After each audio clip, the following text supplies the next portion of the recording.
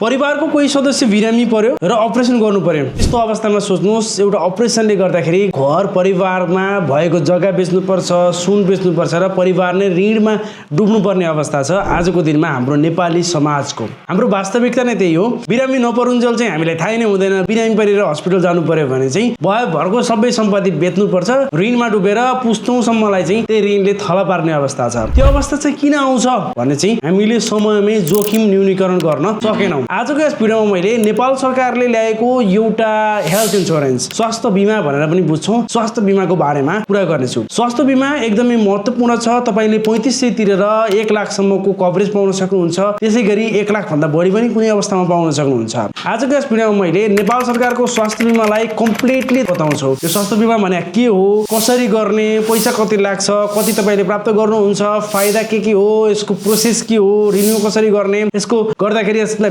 मिस्टेकहरू के गर्नु हुँदैन, यसका समस्याहरू, चुनौतीहरू र केही सुझावहरू स्वास्थ्य बिमालाई पनि हामी दिन्छौँ। ओभरअल स्वास्थ्य बिमासँग related final ultimate updated video हो यो। 2083 सालको वैशाखमा मैले यो भिडियो रेकर्ड गर्दैछु। स्वास्थ्य बिमासँग सम्बन्धित कुराहरू चाहिँ धेरै परिवर्तन भइरहेको छ र हरेक वर्ष जस्तो मैले भिडियोहरू ल्याइरहेको छु। यो चाहिँ 2083 सालको लागि वैशाखसम्म भएको अपडेट सबै चिजहरू कभर गरेर मैले भिडियो ल्याएको छु। यो भिडियो थोरै लामो हुन सक्छ। टक्क अब तपाईँ चाहिँ हेर्न बसिसकेपछि पुरै कुराहरू हेरेर बुझेर जानु होला। यहाँ अर्को टपिक पनि मैले राखेको छु, सरकारको स्वास्थ्य बिमा र निजी क्षेत्रको स्वास्थ्य बिमा बीच के फरक छ भनेर पनि मैले तपाईलाई यहाँनिर कम्पेयर गरेर देखाएको छु। अब मैले तयार गरेको प्रेजेन्टेसन तर्फ जाउँ। सुरुमा कुरा गरौँ फाउन्डेसन। स्वास्थ्य बिमा भनेको के हो, यो किन चाहिन्छ र नेपालमा यसको रियल भ्यालु के छ भनेर चाहिँ कुरा गरौँ। अब स्वास्थ्य बिमाको एकदम बेसिक मिनिङको कुरा गर्नु पर्दाखेरि स्वास्थ्य बिमा भनेको बिरामी परेपछि पैसा खोज्ने मोडल होइन। बिरामी हुनु अगाडि नै हामीले एउटा सानो पैसा, सानो रकम चाहिँ जम्मा गर्छौँ। त्यसले गर्दाखेरि हाम्रो जोखिम न्यूनीकरण हुन्छ र त्यहाँबाट हामी सुरक्षित हुन्छौँ। त्यो खालको सिस्टम हो। हस्पिटलमा गएर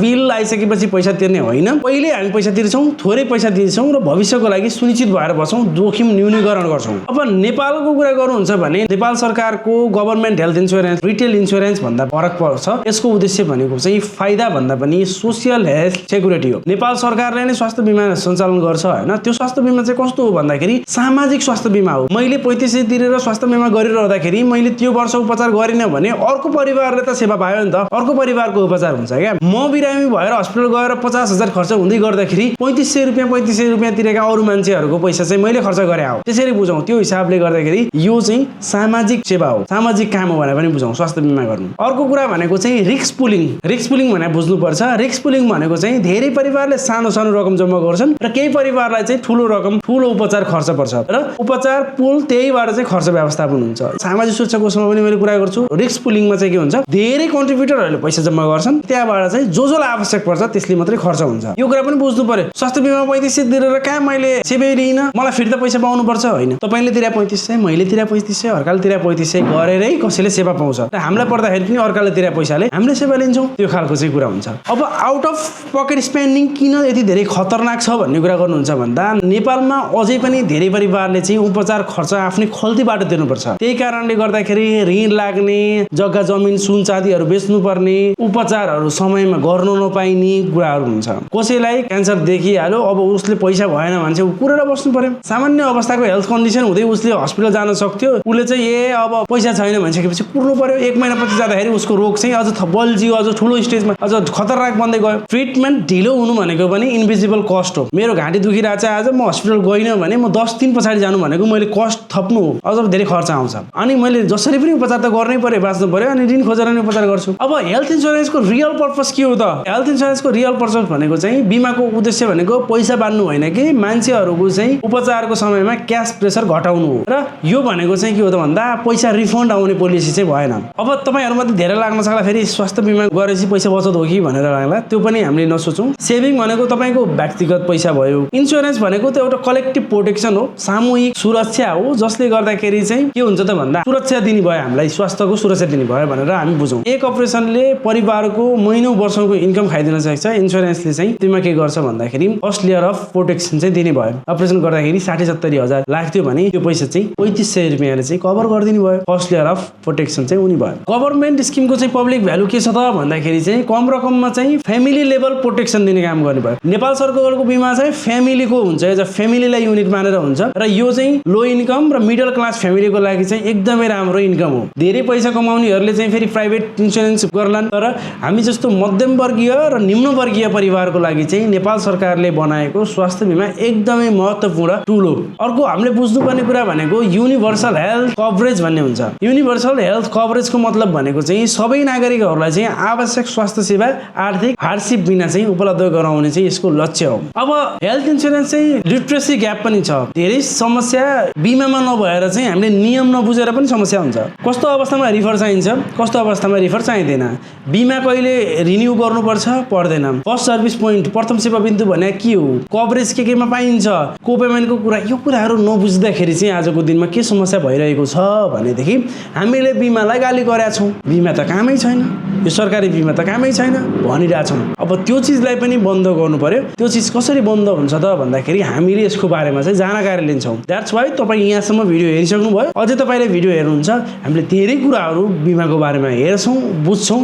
सो हामी चाहिँ यो ग्रुपमा परेनौँ, हामी चाहिँ बिमाको हिसाबले साक्षर मान्छे बन्दैछौँ। अब नेपालमा हेल्थ इन्सुरेन्स किन राष्ट्रिय प्राथमिकताको विषय बन्यो भनेर हेरौँ। नेपालमा चाहिँ खर्च एकदमै धेरै हुन्छ कि हामीले पैसा किन जोगाउँछौँ, हाम्रो करप्सन किन हुन्छ, भ्रष्टाचार भन्दाखेरि बालबालिका पढाउन र अप्ठ्यारो पर्दाखेरि उपचार गर्न, दुईटा चिज छन्। ठुलो उपचारको खर्चले चाहिँ परिवारलाई चाहिँ ऋण, सुनचाँदी बिक्री, माइग्रेसन, प्रेसर, विदेश जानुपर्ने छ, उपचार ढिलो हुने बनाइरहेको छ। हामी बिरामी परेर हस्पिटल जानु पर्यो भने सुरुमै हाम्रो प्रश्न के हुन्छ, अब कहाँबाट पैसा ल्याउने, बिरामी भयो भन्न छ त पैसाको दाना भयो, त्यो प्रब्लम छ। र अर्को भनेको चाहिँ हाम्रो कन्स्टिट्युसनल डाइरेक्सन जो संविधानले नै निर्देशनात्मक रूपमै के भनेको छ त भन्दा नेपालको संविधानले स्वास्थ्यलाई फन्डामेन्टल राइट्स, आधारभूत अधिकारको र राज्यको जिम्मेवारीको रूपमा हेरेको छ। बिमा त्यसैले चाहिँ एउटा फाइनेन्सियल टुल हो भनेर चाहिँ सरकारले पोलिसी लेभलमै चाहिँ भनेको छ। नागरिकहरूको स्वास्थ्यको सुनिश्चितता गर्नु हाम्रो दायित्व हो भनेर भनेको छ क्या हाम्रो संविधानले। देशले, सरकारले हेर्नुपर्छ। पोलिसी रिलेटेड कुराहरू आयो। 2072 सालतिर चाहिँ स्वास्थ्य बिमा स्टार्ट भएको हो। As a social health security इनिसिएटिभको रूपमा चाहिँ यो स्टार्ट भयो र 2074 मा चाहिँ स्वास्थ्य बिमा ऐन बन्यो। ऐनले चाहिँ के गर्यो त भन्दाखेरि एउटा लिगल फाउन्डेसन तयार गर्यो, कानुनी एउटा आधार तयार गर्यो र हेल्थ इन्सुरेन्स बोर्डलाई चाहिँ एउटा इन्स्टिट्युसनल राइट दियो। भन्न खोजेको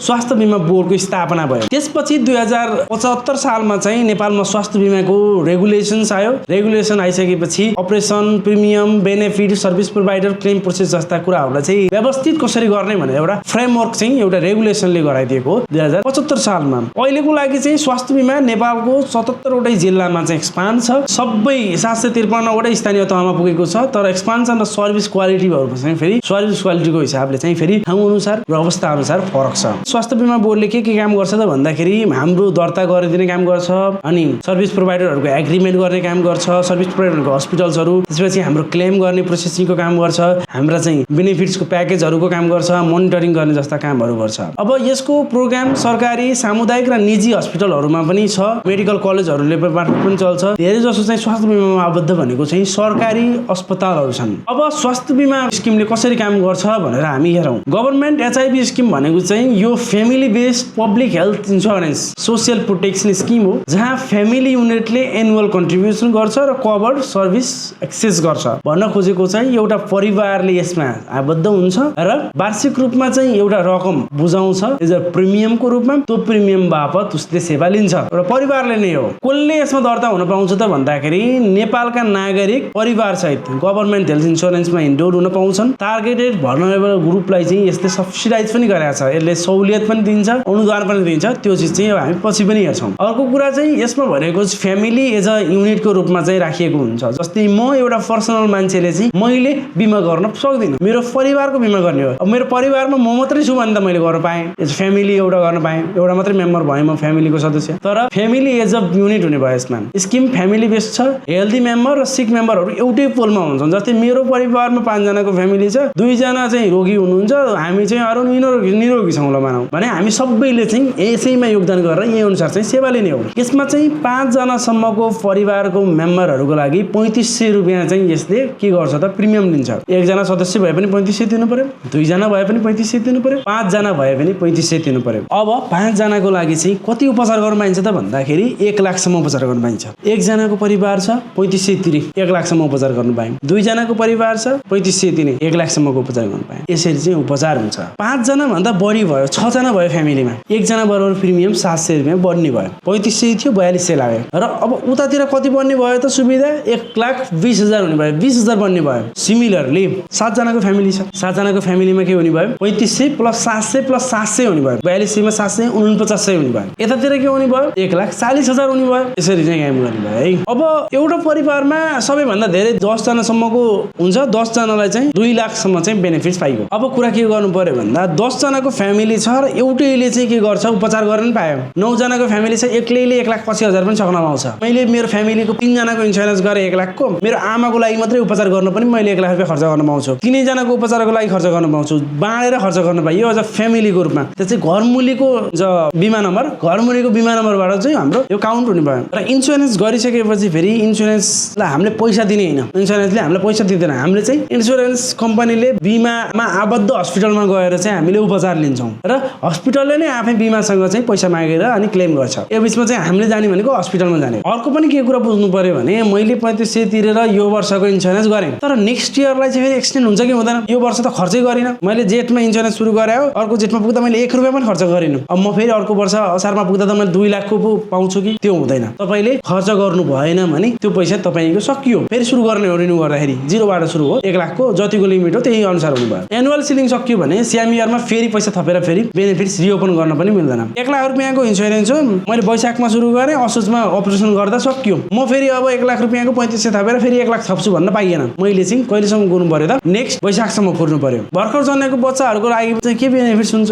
मदर्सको मेम्बरसिप एक्टिभ छ भने चाहिँ भर्खर जन्मिया बच्चाहरूको पनि के हुन्छ त भन्दाखेरि सर्भिस उनीहरूले पाउँछ। अहिले मेम्बरसिपमै गर्ने हो क्या, जस्तै 4 जनाको फ्यामिली छ, प्रेग्नेन्ट छ, बच्चा हस्पिटल जन्मियो भने त्यो बच्चा 5औं हो नि त, 5औं भए पनि उसले सर्भिस पाउँछ न्यू बर्नले चाहिँ। अर्को भनेको चाहिँ नेपाल सरकारले 70 वर्षभन्दा माथिकोलाई फेरि छुट्टै बिमाको प्रिमियम तिर्नु पनि परेन, 1 लाखसम्मको सुविधा पाइन्छ। फेरि मेरो परिवारमा 4 जना छौँ, 70 वर्ष माथिको हजुरबा हुनुहुन्छ र हामी 3 जना छौँ मानौँ, 3 जनाले 1 लाखको सिलिङ पाइयो 3500 तिरेर। हजुरबाले चाहिँ 1 रुपियाँ पनि तिर्नु परेन, उहाँले एक्स्ट्रा 1 लाखको पाउनुहुन्छ 70 वर्ष माथिको लागि। अर्को भनेको चाहिँ सिरियस डिजिजेसहरू भनेर छुट्टाएको छ, गम्भीर रोगहरू, क्यान्सर, हार्ट डिजिज, किडनी सम्बन्धी रोगहरू, टाउको र स्पाइनल सम्बन्धी इन्जरीहरू, सिकल सेल एनिमियासँग सम्बन्धित रोगहरू, एनिमिया, त्यसै गरी पार्किन्सन्स, अल्जाइमर जस्ता रोगहरू छ भने त्यस्तो अवस्थामा चाहिँ 1 लाखसम्म एडिसनल्ली उपचार हुन्छ स्वास्थ्य बिमाबाट। यो पहिला छुट्टै उपचार हुने व्यवस्था थियो, अहिले ल्याएर यसलाई स्वास्थ्य बिमा गाभिदिएपछि 1 लाख रुपियाँ एक्स्ट्रा पायो त्यस्तो रोग भएको मान्छेले स्वास्थ्य बिमा गरेपछि। अर्को भनेको चाहिँ इनरोलमेन्ट फ्री हुन्छ, दर्ता गर्दा फ्री लाग्यो। कसलाई लाग्यो? 70 वर्ष माथिको मान्छेलाई लाग्यो भनेर त मैले अलरेडी भनिसकेको छु। त्यसपछि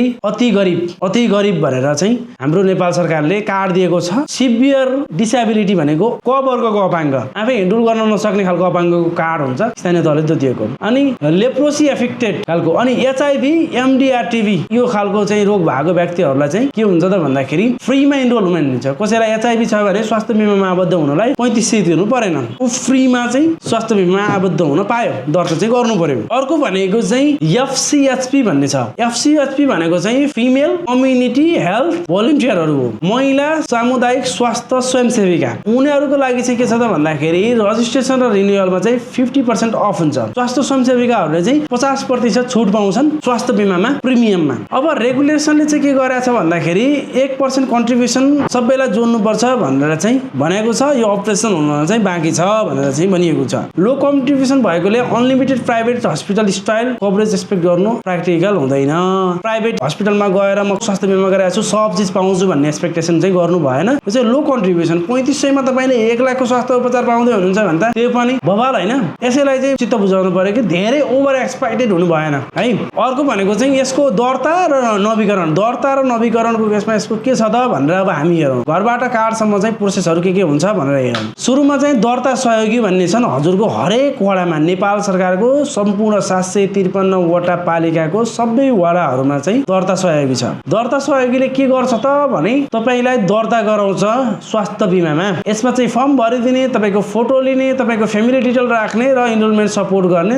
दर्ता र नवीकरणमा चाहिँ यिनीहरूको काम हुन्छ। यिनीहरूलाई कमिसन पनि दिन्छ स्वास्थ्य बिमा बोर्डले। यिनीहरू बिना चाहिँ हामीले पहिलोचोटि स्वास्थ्य बिमा गर्न पाइँदैन। कहाँ कहाँ दर्ता हुने भन्दाखेरि चाहिँ दर्ता सहयोगी मार्फत दर्ता हुने। अब कहाँ दर्ता हुन पाइन्छ भन्दा पर्मानेन्ट एड्रेस नै बाध्यकारी छैन। पोखरामा बस्छ भने मेरो फ्यामिली पोखरामै पनि म आबद्ध हुन पाउँछु। हजुरको वाडामा दर्ता सहयोगी हजुरलाई चिन्नुहुन्न भने चाहिँ सिधै वाडा कार्यालयमा गएर म चाहिँ स्वास्थ्य बिमामा आबद्ध हुन चाहन्छु भन्नुभयो भने चाहिँ त्यहाँ तपाईँलाई हेल्प गर्नुहुन्छ, त्यहाँबाट हुन्छ। के डकुमेन्ट चाहिन्छ?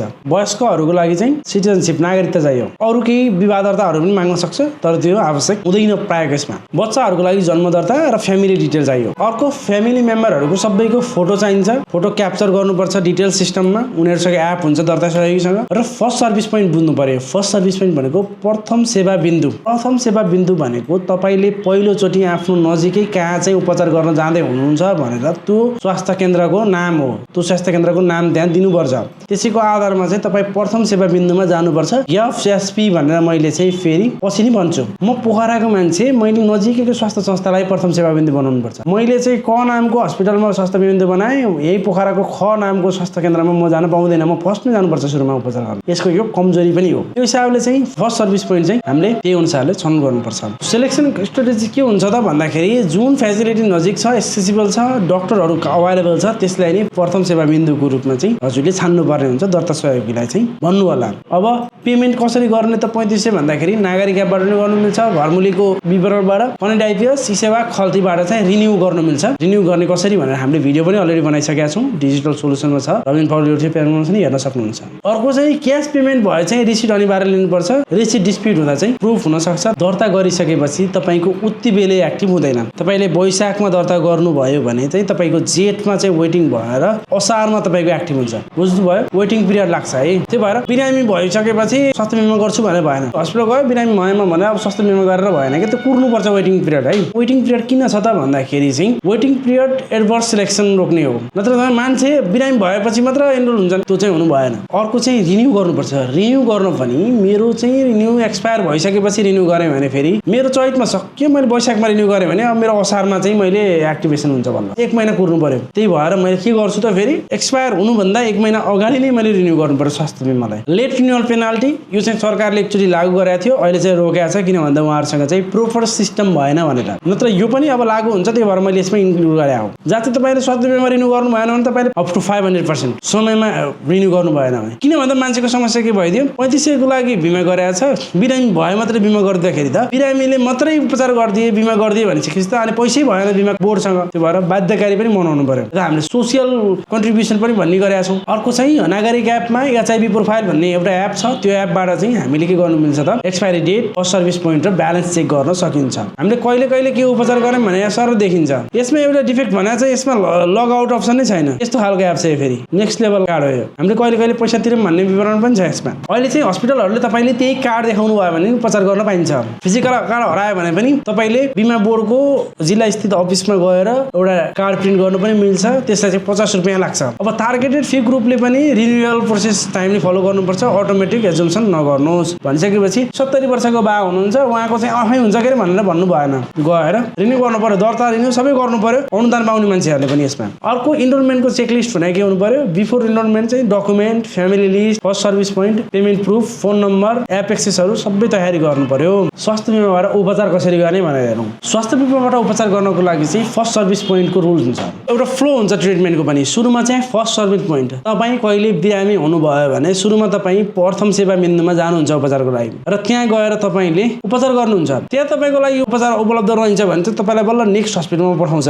यसले। नत्र तपाईँ चाहिँ सुरुमा चाहिँ प्रथम सेवा बिन्दु भनेर छनौट गरेर हस्पिटलमा जानु पर्यो। अगाडिको केसमा हामी पश्चिमाञ्चल क्षेत्रीय हस्पिटल पोखरामा जानुपर्छ हामी। फर्स्ट सर्भिस पोइन्ट त्यो भएपछि फर्स्ट सर्भिस पोइन्टले कमन सामान्य खालको उपचारहरू गर्छ र त्यो हस्पिटलमा त्यो उपचार उपलब्ध रहन्छ भने चाहिँ बल्ल अनि अन्त लान्छ। रिफरल कार्ड रिक्वायरमेन्ट, प्रथम सेवा बिन्दु उपचारसम्म भएन भने हस्पिटलले रिफर कार्ड बनाइदिन्छ र त्यो लिएर चाहिँ अब हामी रिफरल हस्पिटल जानु पर्यो। पोखराको गण्डकी हस्पिटलमा नरहेछ भने चाहिँ उपचार अब हामी कहाँ जानु पर्यो, काठमाडौँको टिचिङ हस्पिटलमा पठाइन्छ। यसले अपरेसनहरू गर्नु पर्यो भने नन इमर्जेन्सी केसहरूमा चाहिँ रिफरल हस्पिटल भर्ना गर्दाखेरि चाहिँ तपाईँको के हुन्छ त उपचार पाउनुहुन्न। बिरामी भयो भने म डाइरेक्ट काठमाडौँको टिचिङ हस्पिटलमा गएर उपचार पाउँदिनँ, तर इमर्जेन्सी अवस्थामा चाहिँ पाउँछु। फेरि इमर्जेन्सी अवस्थामा चाहिँ एफिलिएटेड प्रोभाइडरहरूले चाहिँ डाइरेक्ट सर्भिस लिन मिल्छ। जस्तै नर्मल ओपिडी र रेगुलर केसहरूमा चाहिँ रिफर लाग्छ। जस्तै इमर्जेन्सी पर्यो, कोही स्वास्थ्य बिमामा आबद्ध मान्छेको एक्सिडेन्ट भयो बाटोमा भने चाहिँ उसलाई स्वास्थ्य बिमासँग भएको हस्पिटलमा गएर उपचार गर्नु पायो। 81 ज्वरो आयो पायो, प्रथम सेवा बिन्दु खोज्दै बस्नु परेन। अर्को चाहिँ फलोअप सिम्प्लिफिकेसन के पनि गरेको छ भन्दाखेरि भन्दाखेरि एउटा सेम रोगको लागि फलोअपमा जाँदाखेरि रिपिटेड फ्रेस रिफरल चाहिँ आवश्यक पर्दैन भनेर भनेको छ। जस्तै म सुगरको रोगी हो, सुगरको रोगीले चाहिँ हरेकचोटि रिफर लिएर हामी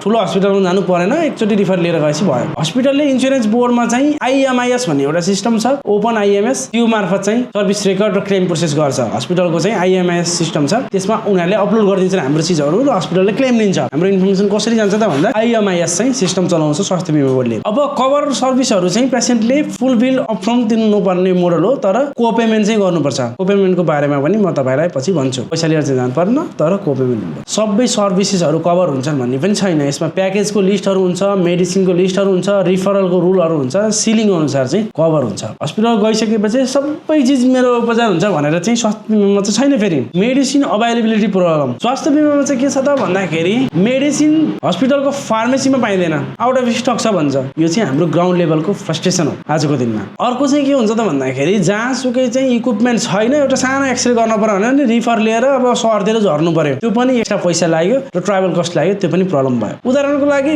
म चाहिँ दैलेखमा छु, दैलेखमा चाहिँ स्वास्थ्य बिमासँग आबद्ध हस्पिटलमा चाहिँ उपचार छैन, तर त्यही साइडमा दैलेखमा फेरि प्राइभेट हस्पिटलमा चाहिँ सबै इक्विपमेन्ट छ भने अब म सुर्खेत आउनको सट्टा त के गर्छु, दैलेखमै गएर उपचार गर्छु। नजिक आउँछ नि त, दैलेखदेखि सुर्खेतसम्म आउनु परेन, त्यो खालको चिज भयो। इन्सुरेन्स सर्भिसले चाहिँ क्यास कट घटाए पनि क्यु बस्नु पर्ने, हिँड्नु पर्ने, ट्राभल, पेपर वर्क र वेज लस कस्ट चाहिँ रहन सक्छ भन्ने कुरा चाहिँ बुझ्नु पर्यो। केही रिपोर्टमा चाहिँ इन्सुरेन्स पेसेन्टले चाहिँ स्लोअर सर्भिस र लेस प्रायोरिटी फिल गरेका छन्। म चाहिँ स्वास्थ्य बिमामा आबद्ध बिरामी हो भने हस्पिटलमा गइसकेपछि उहाँहरूले चाहिँ दोस्रो दर्जाको नागरिकसँग व्यवहार गरिदिने, त्यो राम्रो होइन। त्यो गरेको हामीले फिल गरेका छौँ। अर्को भनेको चाहिँ हस्पिटलले समयमै चाहिँ डकुमेन्ट पठाउँदैन अथवा उनीहरूले चाहिँ के गर्दैन भन्दाखेरि स्वास्थ्य बिमा बोर्डले समयमा पेमेन्ट दिँदैन। त्यसले गर्दाखेरि चाहिँ के छ त भन्दा हस्पिटलको र स्वास्थ्य बिमा बोर्ड बिचकै लफडा छ। अर्को भनेको चाहिँ card, document, referral, expiry, PSP balance र कभर सर्भिसेसहरूको बारेमा नबुझ्नु पनि हामी जस्तो सेवाग्राहीको कमजोरी हो। हामीले यसको बारेमा सबै इन्फर्मेसन राख्नु पर्यो, सेयर गर्नु पर्यो, बुझाउनु पर्यो। मेडिसिन र सर्भिसमा इस्यु आयो भने चाहिँ हामीले हस्पिटलमा पनि इन्सुरेन्स डेस्क हुन्छ, त्यहाँ कम्प्लेन गर्न सक्छौँ। यसको स्वास्थ्य बिमा बोर्डको डिस्ट्रिक्ट अफिस, एचआइभी अफिसियलको च्यानलहरू र टोल फ्री नम्बर पनि छ, त्यसमा सम्पर्क गरेर हामीले रिपोर्ट गर्न सक्छौँ, कम्प्लेन लेखाउन सक्छौँ। यो हस्पिटलमा मैले यो अनुसार भने अनुसार सेवा पाइनँ, यो खालको इस्यु मैले फेस गर्नु पर्यो भनेर हामीले कम्प्लेन गर्न सक्छौँ। अब भनेको चाहिँ स्वास्थ्य बिमाबाट के सुविधाहरू पाइन्छ भनेर हेरौँ। सुरुमा चाहिँ ओपिडी भन्ने हुन्छ, out patient service, outdoor patient service हो। यो चाहिँ कस्तो हो भन्दाखेरि हामी चाहिँ के गर्छौँ, हस्पिटलमा भर्ना नभइकन उपचार गर्नु पर्यो भने चाहिँ जनरल चेकअप, डक्टरलाई भेट्नु पर्यो, सामान्य खालको ट्रिटमेन्ट गर्नु पर्यो, मेडिसिनहरू, ओपिडी प्याकेजहरू चाहिँ पर्नु पर्यो। अब भर्ना भएर गर्ने उपचारहरू, नर्सिङ सेवाहरू, बेड चार्जेसहरू, सर्जरी गर्नु पर्यो, अपरेसन भने त्यो सबै चार्जहरू चाहिँ यसमा पर्छ। तर यसमा लिमिटेसन पनि हुन सक्छ, सबै उपचार चाहिँ यसले कभर नगर्न सक्छ। अर्को इमर्जेन्सी पर्दाखेरि गर्ने प्याकेजहरू चाहिँ एकदमै राम्रो बेनिफिट छ। रिफरल रुममा चाहिँ यो परेन, रिफर नभइकन इमर्जेन्सी केसमा चाहिँ हामीले धेरै उपचार चाहिँ स्वास्थ्य बिमाबाट लिन सक्छौँ। अर्को भनेको चाहिँ सर्जरी कभरेज, माइनरदेखि मेजरसम्मका चाहिँ अपरेसनहरू, प्रोसिडरहरू 1 लाखसम्म, अब त्यो भनेसम्म तोकेको एमाउन्टसम्म चाहिँ हामीले के गर्ने भयो भने त पाउने भयौँ, कभरेज हुने भयो। डायग्नोस्टिक सर्भिसेसहरू लाइक ल्याब, ब्लड टेस्टहरू, अब युरिन टेस्टहरूदेखि लिएर x ray, ultrasound, CT scan, MRI scan जस्ता डायग्नोस्टिक सर्भिसेसहरू पाइन्छ। अर्को मेडिसिन पाइन्छ, उपचार गरिसकेपछि फार्मेसीको औषधिहरू पनि पाइने भयो। म्याटर्निटी केयर, गर्भावस्थाको लागि गर्भावस्था चेकअप, डेलिभरी रिलेटेड केयरहरू, न्युबर्न फ्लो प्याकेजेसहरू पाइन्छ। अहिले त सेफ फर मदरहुड भन्ने प्रोग्राम चले हिसाबले चाहिँ यो इन्सुरेन्स पनि चाहिँदैन। सेफ फर मदरहुड चलेको ठाउँमा चाहिँ त्यो प्रोग्राम भएको ठाउँमा चाहिँ डेलिभरी रिलेटेड, म्याटर्निटी रिलेटेड उपचारहरू फ्रीमा हुन्छ, उल्टे पैसातिर पठाउँछ। अब डायलाइसिस, केमो, स्पेसियल केयरको लागि चाहिँ high short and high cost treatment package र रिफरल रुल्स अनुसार चाहिँ अभाइलेबल हुन सक्छन्। त्यसपछि एडिसनल सिरियस डिजिज केमो गर्नु पर्यो भने त सरकारले पनि सुविधा दिन्छ, अर्कै प्याकेजेसहरू पनि हुन्छ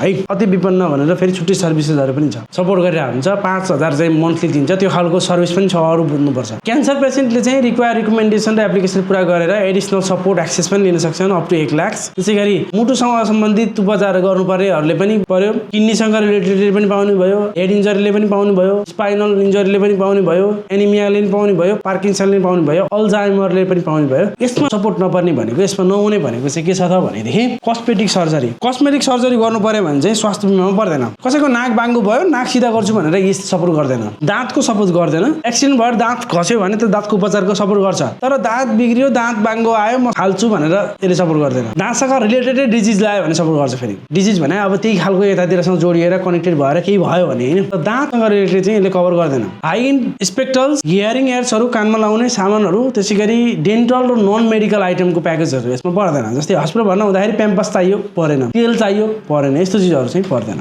इलिगल एक्टिभिटी, अल्कोहल खाएर रक्सी खाएर झगडा गरेर दाँत फुस्कायो हात भाँच्यो भने त्यस्तो अवस्थामा पनि यसले कभर गर्दैन। इन्स्योरेन्सले सहयोग गर्छ, फ्यामिली पुलमा सीमित छ, ठुलो रोग लाग्यो भने चाहिँ यसले फेरि अरू चिजहरू पनि गर्नुपर्छ। तपाईँले अरू इन्स्योरेन्स गर्नु पर्यो। लास्टमा म तपाईँलाई एउटा रिकमेन्ड पनि गरौँ होला, लाइफ इन्स्योरेन्स पनि गर्नु पर्यो। लाइफ इन्स्योरेन्स चाहिँ कस्तो हुन्छ भन्दाखेरि इन्डोमेन्ट प्लान भन्दा पनि टर्म लाइफ प्लान हुन्छ। त्यसपछि होल लाइफ मिलेर बनेको एउटा लाइफ इन्स्योरेन्स लिनुभयो भने तपाईँलाई लाइफ इन्स्योरेन्सले पनि कभर गर्छ। लाइफ इन्स्योरेन्समा पनि क्रिटिकल इलनेस भन्ने हुन्छ, क्रिटिकल इलनेसलाई चाहिँ कभर गर्छ लाइफ इन्स्योरेन्सले। त्यो खालको पोलिसीहरू लिनुभयो भने चाहिँ तपाईँले एउटा मात्रैमा डिपेन्ड भएर बस्नु हुँदैन। अहिले सरकारले ओपिडीमा चाहिँ क्याप लगाइदिएको छ। आउटडोर पेसेन्टको रूपमा तपाईँले 25,000 सम्मको मात्रै उपचार पाउनुहुन्छ एक वर्षमा एउटा फ्यामिलीले। भनिसकेपछि दीर्घ रोगीहरू, सुगरको रोगीहरूले तिनीहरूले चाहिँ 25,000 भन्दा बढीको औषधिहरू बाहिरबाट लिन पाएनन्। बाँकी 75,000 चाहिँ हस्पिटल भर्ना भएर लिनु पर्यो आइपिडीबाट। कोपेमेन्ट भनेको चाहिँ कस्तो हो भन्दाखेरि कोपेमेन्ट चाहिँ तपाईँको हस्पिटलको बिल 1000 रुपियाँ आयो भने चाहिँ अब सबै यसले स्वास्थ्य बिमाले कभर गरिदिँदैन। यसमा चाहिँ तपाईँले 10% अथवा 20% कभर गर्नुपर्छ। तपाईँ सरकारी हस्पिटलमा जानुभयो भने तपाईँले 10% कभर गर्ने हो। तपाईँ प्राइभेट हस्पिटलमा जानुभयो भने तपाईँले 20% कोपेमेन्ट गर्नुपर्छ। भनिसकेपछि तपाईँको बिल उठ्यो 1000 रुपियाँ, तपाईँले 100 रुपियाँ चाहिँ तपाईँले तिर्नुपर्छ सरकारीमा। अब प्राइभेटमा चाहिँ तपाईँले 200 रुपियाँ दिनुपर्छ। तपाईँले पैसा दिनु पर्यो बिल तिर्ने बेला। इन्स्योरेन्स गराएको छु गरे भनेर सबै पैसा चाहिँ इन्स्योरेन्सले दिइदिनु भएन। कोपेमेन्ट कस्तो अवस्थामा गर्नु परेन त भन्दाखेरि इमर्जेन्सी केसमा, फ्री सर्भिसेसहरूमा, टार्गेटेड ग्रुपहरूले पनि गर्नु परेन। त्यसपछि स्पेसिफाइड सर्भिसमा चाहिँ कोपेमेन्ट कोही कोहीमा लाग्दैन। फेरि त्यो पनि बुझ्नु पर्यो। फाइनेन्सियल सस्टेनेबिलिटीको लागि चाहिँ कोपेमेन्ट उपयोगी हुन सक्छ, तर गरिब परिवारको लागि चाहिँ यो समस्या हुन सक्छ। 50,000 को एउटा अपरेसन गर्नु पर्यो एउटा गरिब मान्छेको लागि भने चाहिँ उसले कोपेमेन्ट गर्नु पर्यो भने 5,000 उसले कहाँबाट खोजेर ल्याउने। अझ प्राइभेट हस्पिटलमा जानु पर्यो भने त 10,000 त उसले खर्च गर्नु पर्यो, कहाँबाट ल्याउने। यो चाहिँ उसको लागि पनि प्रब्लम हुन सक्छ। त्यो चिज चाहिँ रह्यो। पब्लिक स्किम प्रिमियम लो छ तर बेनिफिट्स हाई छ, त्यसैले गभर्नमेन्ट सब्सिडी र डिसिप्लिन युज आवश्यक छ भनेर चाहिँ हामीले यसको सस्टेनेबिलिटीको कुरा गर्यौँ, यसलाई दिगो बनाउनुको कुरा गर्यौँ। अब आजको दिनमा स्वास्थ्य बिमाको ग्राउन्ड रियालिटी के छ त भनेर यसरी ग्राउन्ड रियालिटी पनि चेक गर्नु। एउटा त भनेको चाहिँ ग्रामीण क्षेत्रको फ्यामिलीको लागि चाहिँ यो कार्यले प्राप्त हुँदैन। डक्टर, मेडिसिन, ट्रान्सपोर्ट, रिफरल सिस्टमहरूले गर्दाखेरि चाहिँ एकदमै झन्झटिलो र अप्ठ्यारो भइरहेछ। काठमाडौँ पोखराको डेली वेज वर्करहरूको लागि पनि यो क्यासलेस ट्रिटमेन्ट चाहिँ लाइफ सेभिङ हुन सक्छ। किन भन्दाखेरि उहाँहरू चाहिँ दिनभरि कमाएर काम गर्छु, ज्यालादारीमा काम गर्छु भन्ने मान्छेको लागि त रोग लागिहाल्यो भने चाहिँ यसले धेरै नै सपोर्ट गर्ने भयो। सबैभन्दा बढी राम्रो भनेको यो 70 वर्ष माथिको मान्छेहरूको लागि, बुवा हजुरबुवा हजुरआमाहरूको लागि चाहिँ फ्री छ, राहत भयो। तर के भइदियो समस्या भन्दाखेरि लाइन बस्नुपर्ने र फार्मेसीको सेवाहरू नपाउने हुँदाखेरि चाहिँ यो अलिक प्रब्लम भइरहेको छ। अब क्रोनिक खालको पेसेन्टहरू छ जसले ब्लड प्रेसर हाई छ, बिपी बढेको छ, उच्च रक्तचाप, त्यसै गरी सुगर, किडनी, मुटु रोगसँग सम्बन्धित रेगुलर मेडिसिन चाहिने मान्छेहरूको लागि चाहिँ यो 25,000 मा चाहिँ एकदम कम भयो क्या। 2 महिनाको औषधि खाँदा सकिन्छ यिनीहरूको मौका पनि। ओपिडीले गर्दा, ओपिडी क्यापले गर्दाखेरि यो प्रब्लम पनि छ। प्रेग्नेन्ट मदरको चाहिँ प्रेग्नेन्ट कभरेज चाहिँ फ्यामिली सेक्युरिटी हो, तर नियरेस्ट हस्पिटलमा चाहिँ बर्थिङ सेन्टरहरू छैन। रिफरलहरूमा चाहिँ टाढा भयो, झन्झटिलो प्रोसेसले गर्दाखेरि मान्छेले प्राइभेट हस्पिटलमा जानुपर्ने अवस्था भयो प्रेग्नेन्टको लागि पनि। माइग्रेन्ट फ्यामिलीको रियालिटी भनेको चाहिँ के छ भन्दाखेरि अब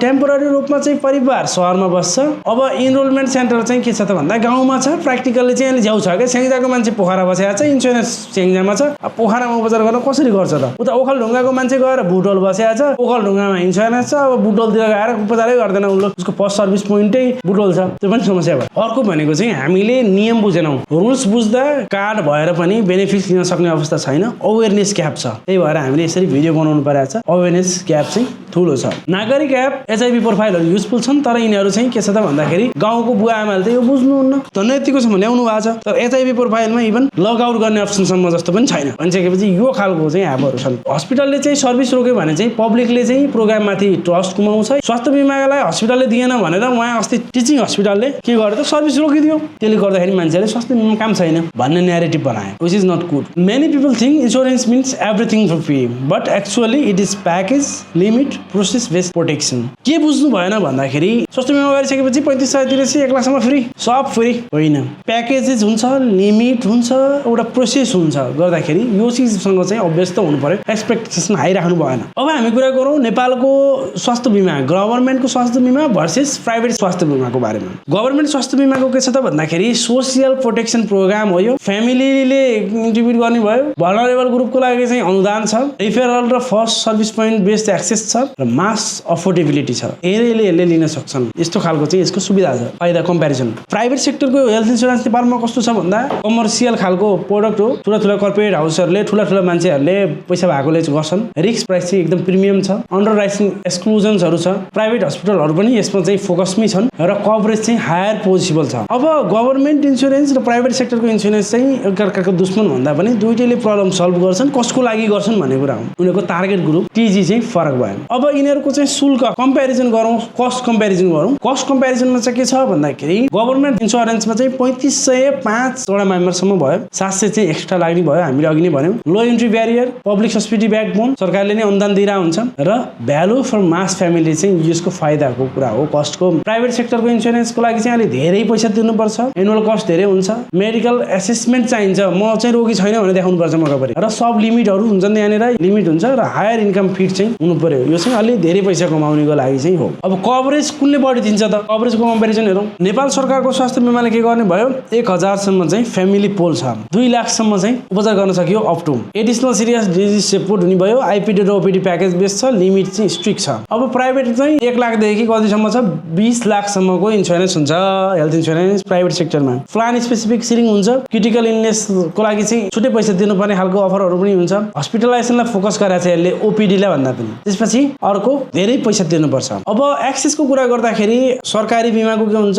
पहिला प्रथम सेवा बिन्दुमा जानु पर्यो। रिफरल चाहिन्छ। पब्लिक नेटवर्कहरू बढी छ। सरकारी हस्पिटल धेरै छ। केही चाहिँ सामुदायिक र निजी हस्पिटल पनि छन् इमर्जेन्सीको लागि चाहिँ, जहाँबाट नि उपचार गर्न पाइन्छ। अब यसमा चाहिँ के हुन्छ त भन्दा डाइरेक्ट एक्सेस पोसिबल हुन्छ धेरैमा। प्रिमियम प्राइभेट हस्पिटलहरू फोकस गरेको छ। हामीले चाहिँ पछि दाबी पनि गर्नु मिल्छ। क्यासलेस सेवा पनि पाइन्छ इन्सुरेन्सहरूबाट। अनि स्पेसियलिस्ट फ्लेक्सिबिलिटी छ। अनि पोलिसी स्पेसिफिक रुल्सहरू पनि छ। अब गभर्मेन्टको इन्सुरेन्समा चाहिँ प्रि एक्जिस्टिङ डिजिजहरू के हुन्छ? पहिले रोग भएको मान्छेहरूलाई चाहिँ नेपालको स्वास्थ्य बीमाले के गर्छ त? सरकारी स्वास्थ्य बीमाले यसलाई चाहिँ सोसियल प्रोटेक्सनमा भएको हुनाले चाहिँ उनीहरू हुन्छन्। क्यान्सर भएको मान्छेले पनि बिमा गर्न पाउँछ। वेटिङ पिरियड गरेपछि उसले उपचार पायो। तर यसमा पाइँदैन। अथवा वेटिङ पिरियड एकदम धेरै हुन्छ। मेडिकल हिस्ट्रीको आधारमा यिनीहरूले इन्सुरेन्स गरिदिन्छन्। प्राइभेट सेक्टरमा पनि फाइदा हेर्छन् नि त। 2-4 वर्ष कुर्न लाउँछन्। तर यसमा चाहिँ त्यस्तो हुँदैन। यो सामुदायिक खालको समाजसेवा टाइपको भनेर बुझौँ हामीले नेपाल सरकारको स्वास्थ्य बीमालाई। क्लेम प्रोसेसको कम्पेरिजन गर्दाखेरि पनि हस्पिटलमा हुने भयो। सहज तरिकाले हुन्छ। हामीले केही झन्झट गर्नु परेन।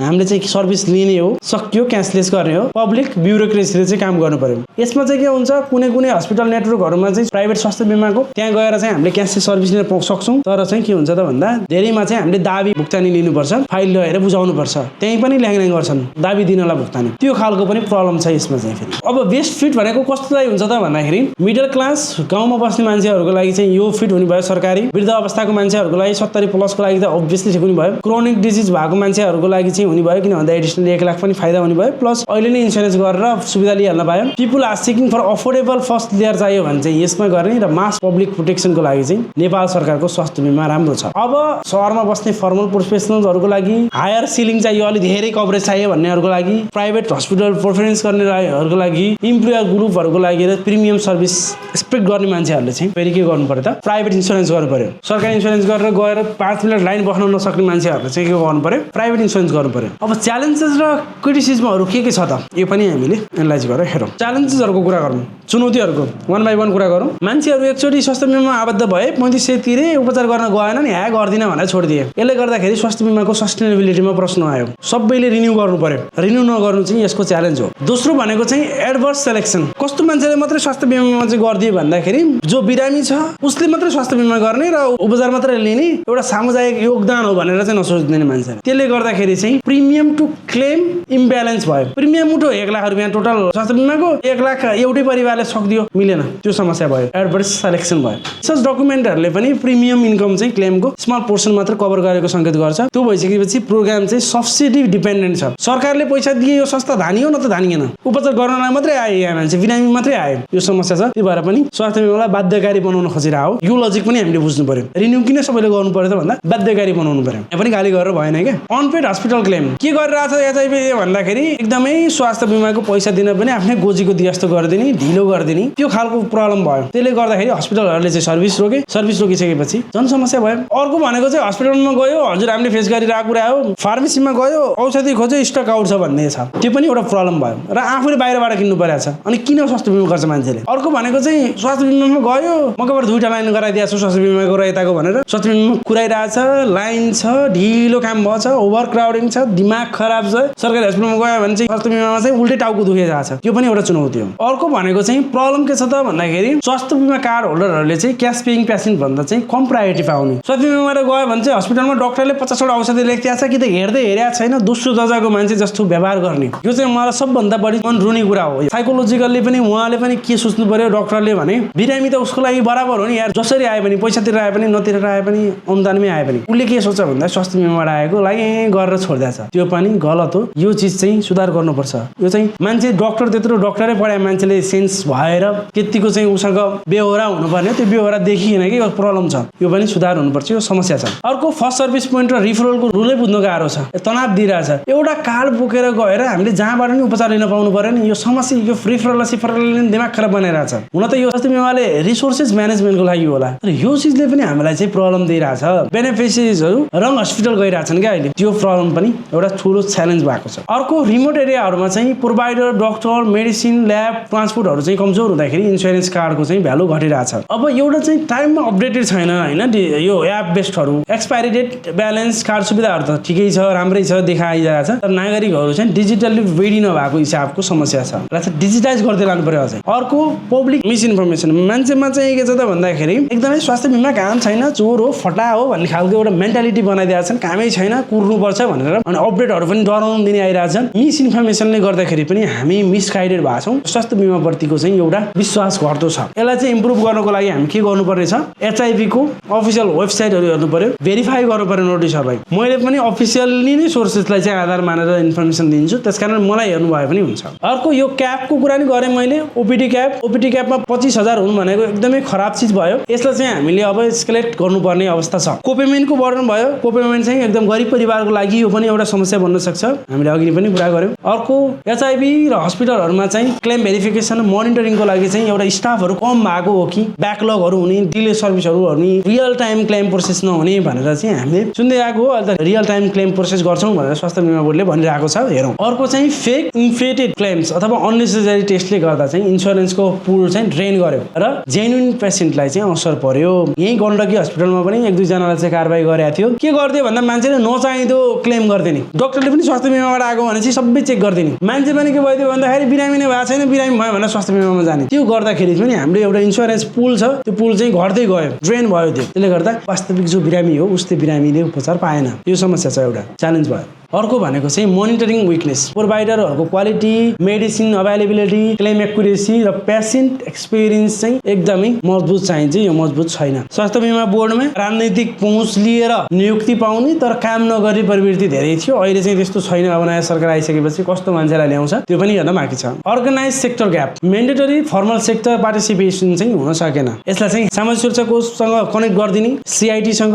यिनीहरूसँग कनेक्ट गरिदिने हो भने चाहिँ यसलाई राम्रो हुन्थ्यो। सर्भिस रोकियो, मेडिसिन छैन, क्लेम डिले भयो, पब्लिकले चाहिँ इन्सुरेन्सलाई चाहिँ अनलेस ठान्छ। ट्रस्ट क्राइसिस छ, मैले अगाडि पनि भनिसकेँ, स्वास्थ्य बिमासँग चाहिँ ट्रस्ट गर्न सक्ने अवस्था भएन मान्छेको। रुल्सहरू चेन्ज हुन्छन् तर सिटिजन फ्रेन्डली एक्सप्लेनेसन कमजोर छ भनिसकेपछि चेन्ज हुन्छन् रुल। कोपेमेन्ट आयो, कोपेमेन्ट बुझाएको छैन कि स्वास्थ्य बिमा बोर्डले, त्यो चाहिँ गर्नु पर्यो। अनि बेनिफिट्स बढाउनु पर्ने पर्विक छ, तर फाइनेन्सिङ सोर्सेस, फ्रड कन्ट्रोल र प्रोभाइडर पेमेन्ट चाहिँ सुधार गर्न सकेका छैन स्वास्थ्य बिमा बोर्डले। हामीले आशा गरिरहेका छौँ स्वास्थ्य बिमा बोर्डले धेरै बिमासँग चाहिँ उपचार दियोस्, सुविधा थपोस्, तर तिनीहरूले के गरेछ भन्दा फाइनेन्सिङको सोर्सहरू पत्ता लगाउन सकिरहेको छैन। फर इक्जाम्पल, हरेक अल्कोहल आइटममा 1% ट्याक्स थप्ने, त्यो आइटमको ट्याक्स चाहिँ सबै स्वास्थ्य बिमा बोर्डलाई दिने, सोर्सिङ गरिदिने, त्यो चिज चाहिँ गर्ने। युनिफाइड हेल्थ सिस्टम हुनु पर्यो, स्वास्थ्य बिमा बोर्डलाई बनाउनु पर्ने हो खासमा। अब लेटेस्ट अपडेटहरू के छ एक्चुअली सर हेरौँ। हेल्थ इन्सुरेन्सको रुल्सहरू चेन्ज हुन सक्छन्, यसको लागि चाहिँ हामीले एचआइभी प्रोफाइल वेबसाइट वार्ड डिस्ट्रिक्टहरूमा चाहिँ बुझ्नुपर्छ। 3500 फर 5 मेम्बर्स, 1 लाखको पुल हुन्छ। अहिले चाहिँ 5 लाख बनाउनु पर्छ, 1 लाखलाई बढाएर भन्ने डिस्कसन चलिरहेको थियो। अब यो चाहिँ सम्भव छैन, अहिले पैसा पुग्यो, सरकारले धेरै सब्सिडाइज गर्यो भने चाहिँ यो पनि पुग्ला। नागरिक एपको एचआइभी प्रोफाइल, डिजिटल कार्ड रिकग्नेसनहरूको युजर कन्भिनियन्स चाहिँ इम्पोर्टेन्ट हुनु पर्यो। लेट रिन्युअलले गर्दाखेरि चाहिँ पेनाल्टीहरू लाग्ने एउटा सिरियस छ, यो चाहिँ अहिले लागू भएको छैन, लागू हुनुपर्छ। मान्छे चाहिँ फोर्सफुल्ली पनि इन्सुरेन्समा रिन्यू गर्नु पर्यो। कोपेमेन्टको अपडेट पनि बरु यसमा रिकन्सिडर गर्न सकिन्छ भने गर्नु पर्यो। ओपिडी क्याप अपडेट चाहिँ एकदमै छ, अब यसलाई पनि हटाउनु पर्छ जस्तो लाग्छ मलाई अलि पछि। हस्पिटल पेमेन्ट क्राइसिसहरू हुनु भएन। रिसेन्ट रिपोर्ट फाइलले चाहिँ अनक्लेम क्लेमका कारण चाहिँ हस्पिटल सर्भिस डिस्ट्रप्सन्सहरू सिरियस इस्यु बनेको देखाउँछन् भनेर चाहिँ हामीले फाइन्ड आउट गरेका छौँ भेरिफाई गर्दाखेरि। लेटेस्ट अपडेटमा अर्को के छ भन्दाखेरि नयाँ हस्पिटलहरू थपिरहेका छन्। एफिलिएटेड हस्पिटलहरूको संख्या बढ्ने क्रम छ भनेर भनिएको छ। स्वास्थ्य बिमासँग सम्बन्धित मिथ र रियालिटीको कुरा गरौँ। 1 लाख पर पर्सन होइन, एउटा फ्यामिलीको लागि हो। एकजनाको फ्यामिली छ भने 1 लाख पनि हो। अनयुजुअल बेनिफिट्स केस रिफन्ड हुँदैन र अर्को इयरमा पनि क्यारी फरवर्ड हुँदैन। यो बुझिसक्यो। कार्ड बनायो आज युज हुन्छ भन्ने हुँदैन। वेटिङ पिरियड कुर्नुपर्छ। हस्पिटल डाइरेक्ट जान मिल्छ होइन, पहिला फर्स्ट सर्भिस पोइन्टमा जानु पर्यो, त्यसपछि रिफरल लिएर अरू हस्पिटलमा जानु पर्यो। इमर्जेन्सी छ भने त्यही उपचार पाइयो। एभ्रिथिङ इज फ्री भन्ने हुँदैन। मेडिकल प्याकेजहरू हुन्छ, एक्सक्लुजनहरू हुन्छ, कोपेमेन्टहरू हुन्छ, स्टक हुनु पर्यो, मेडिसिनहरू, रिफरलको रुलहरू लागू हुन्छ। प्राइभेट इन्सुरेन्स चाहिँ हायर कभर दिन सक्छ, तर प्रिमियम, एक्सक्लुजन, वेटिङ पिरियड र अन्डर वेटिङहरू चाहिँ धेरै हुन्छ प्राइभेट सेक्टरको इन्सुरेन्समा। अर्को भनेको गभर्नमेन्ट इन्सुरेन्स चाहिँ कामै छैन भन्ने चाहिँ होइन। गभर्नमेन्ट इन्सुरेन्समा प्रब्लम छ, तर यो लो कस्ट फ्रेन्डली फ्यामिली प्रोटेक्सन हो, जसले गर्दाखेरि हजुर हाम्रो फ्यामिलीलाई 3500 रुपियाँ तिरेर 1 लाखसम्मको चाहिँ बेनिफिट्स दिन्छ। अर्को चाहिँ senior citizens automatically down for waiver भन्ने चाहिँ हुँदैन। 70 वर्ष माथिको मान्छेहरूले पनि स्वास्थ्यमा चाहिँ दर्ता गर्नुपर्छ, रिन्यू गर्नुपर्छ। Digital card means no process भन्ने भएन। डिजिटल कार्ड हुनु चाहिँ राम्रो हो, तर अर्को कार्डको रिप्लेसमेन्ट मात्र हो डिजिटल कार्ड। तपाईँको कार्ड चाहिँ चाहियो, तपाईँले गर्नुपर्ने प्रोसेसहरू चाहिँ सबै नै गर्नुपर्छ। कोही कोहीले चाहिँ हस्पिटल पैसा मागो फ्रड हो भन्ने बुझ्नुहुन्छ, त्यो पनि होइन। हस्पिटलले पैसा मागो भने चाहिँ त्यो फ्रड होइन, दिनु पर्यो। त्यो चाहिँ पैसा कोपेमेन्टको हुनसक्छ, कोही चाहिँ नन कभर आइटमहरू हुनसक्छ, त्यो चाहिँ हुनसक्छ। अब केही चाहिँ हामीले एउटा फ्रिक्वेन्टली आस्क क्वेसन्सहरू हेरौँ। 6 जनाको परिवारलाई कति लाग्छ? 3500 प्लस 700 4200। यो हामीले फेरि रिकल गऱ्यौँ। 7 जनाको परिवारलाई कति लाग्ने भयो? 4900 1,40,000। मैले अघि नै भनिसकेँ। इमर्जेन्सीमा रिफरल लिन चाहिन्छ, चाहिँदैन।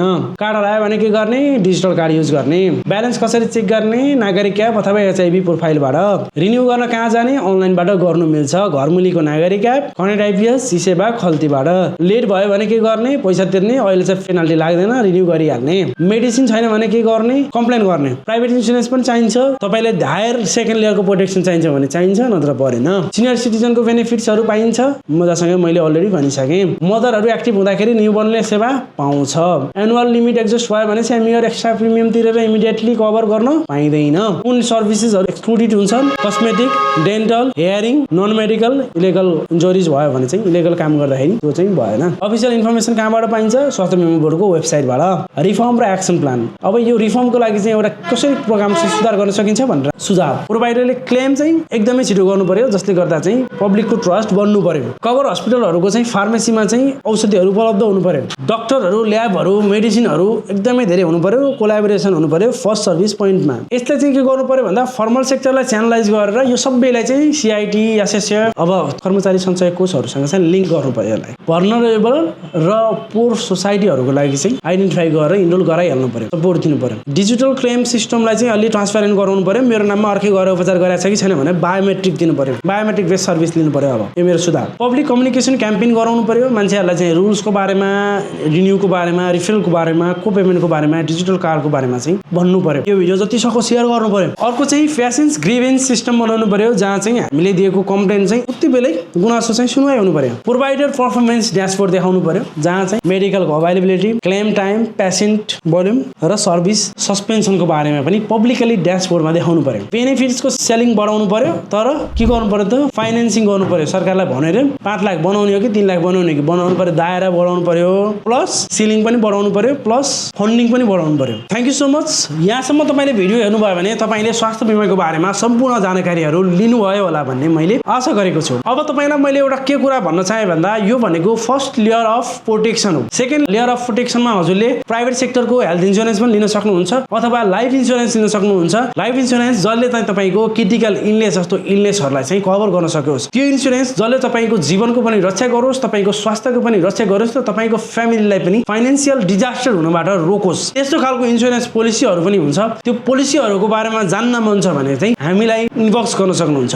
त्यसको लागि मैले यो भिडियोको फर्स्ट कमेन्टमा एउटा व्हाट्सएप नम्बर दिन्छु। त्यो व्हाट्सएप नम्बरमा तपाईँले जानकारी लिनको लागि चाहिँ हामीलाई मेसेज गर्न सक्नुहुन्छ। Thank you so much for watching. स्वास्थ्य बिमासँग सम्बन्धित केही तपाईँलाई बुझ्न मन लागेको कुरा छ भने कमेन्ट पनि गर्नु होला। हाम्रो भेट अर्को भिडियोमा हुनेछ। नमस्ते।